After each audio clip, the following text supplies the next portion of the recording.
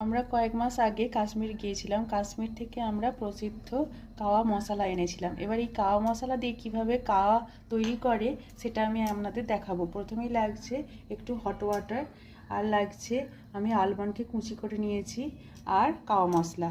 এবার আমি প্রথমেই দিয়ে দেব আলমন্ডগুলো।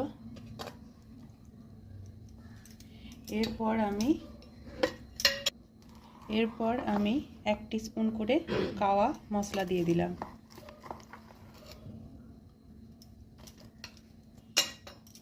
এবার তাতে আমি দিলাম হট ওয়াটার।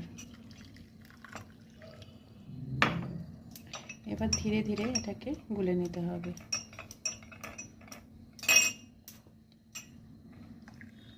ব্যাস, রেডি কাওয়া, কাশ্মীরি কাওয়া।